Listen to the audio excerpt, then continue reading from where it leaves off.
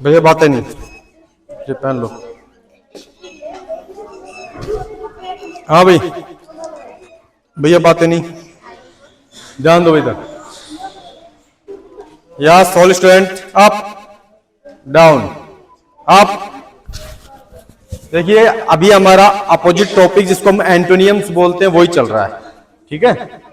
तो शायद मुझे लगता है कि कल ये कंप्लीट हो जाएगा, कुछ वर्ड और बच रहे हैं। भाई खड़े हो यहाँ से तुम, हाँ उधर साइड में बैठो।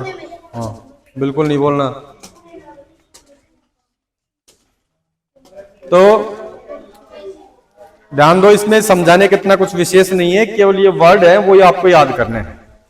वैसे तो अलग अलग क्लासों में पाठ्य पुस्तक के अकॉर्डिंग ये वर्ड आते हैं, बाकी ये वो वर्ड लिखवा रहा हूं जो आपके कॉमन है ना, जो सभी में आते हैं, छठी सातवीं पांचवीं से लेकर के है ना 8वीं तक।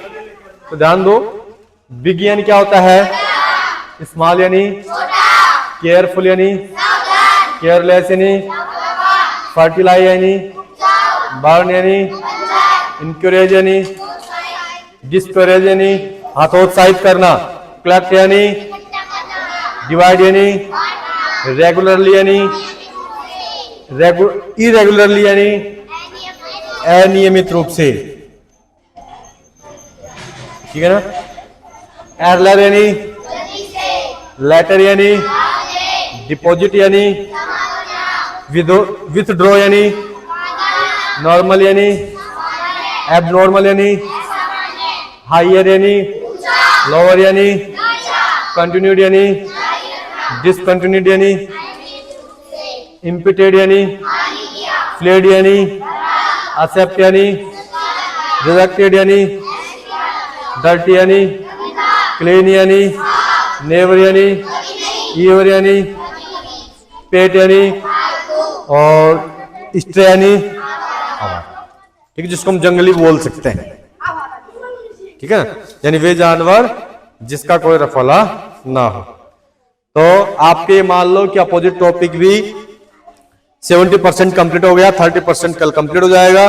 उसके बाद में हम क्या तो टेंस स्टार्ट करेंगे या फिर हम वन वर्ड टॉपिक स्टार्ट करेंगे, ठीक है ना। साउंड वन वर्ड ये टॉपिक आते हैं ना आपके एग्जाम में, हाँ तो साउंड या वन वर्ड इसमें स्टार्ट कर देंगे या फिर टेंस स्टार्ट करेंगे, ठीक है।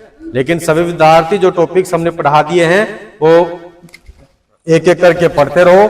जैसे पहला टॉपिक सेंटेंस था, दूसरा नाउन, तीसरा प्रोनाउन, चौथा एडजेक्टिव, पांचवा एडवर्ब, छठा वर्ब, सातवां सेंटेंस हो गया शुरू में, सातवां आर्टिकल, आठवां प्रीपोजिशन, नौवां नंबर, 10वां जेंडर और 11वां कौन सा हमारा अपोजिट या एंटोनियम्स टॉपिक अब चल रहा है।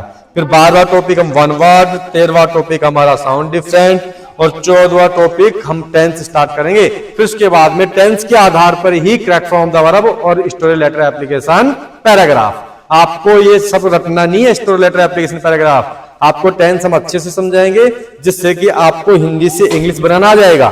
और हिंदी से इंग्लिश बनाना आ गया तो मुझे लगता है कि आपको यानी एप्लीकेशन लेटर स्टोरी पैराग्राफ में दिक्कत नहीं आएगी, क्योंकि निबंध प्रार्थना पत्र ये सब आपको हिंदी में आता है ना, तो हिंदी में आता है तो हिंदी की इंग्लिश बनाना हम टेंस में सिखाई देंगे ना आपको, हाँ तो कोई दिक्कत ही नहीं आएगी, ठीक है। तो हम रटवाएंगे नहीं, हम आपको समझाएंगे और फिर आपको कभी भी कोई भी क्लास में स्टोरी लेटर एप्लीकेशन पैराग्राफ में दिक्कत नहीं आएगी, ठीक है।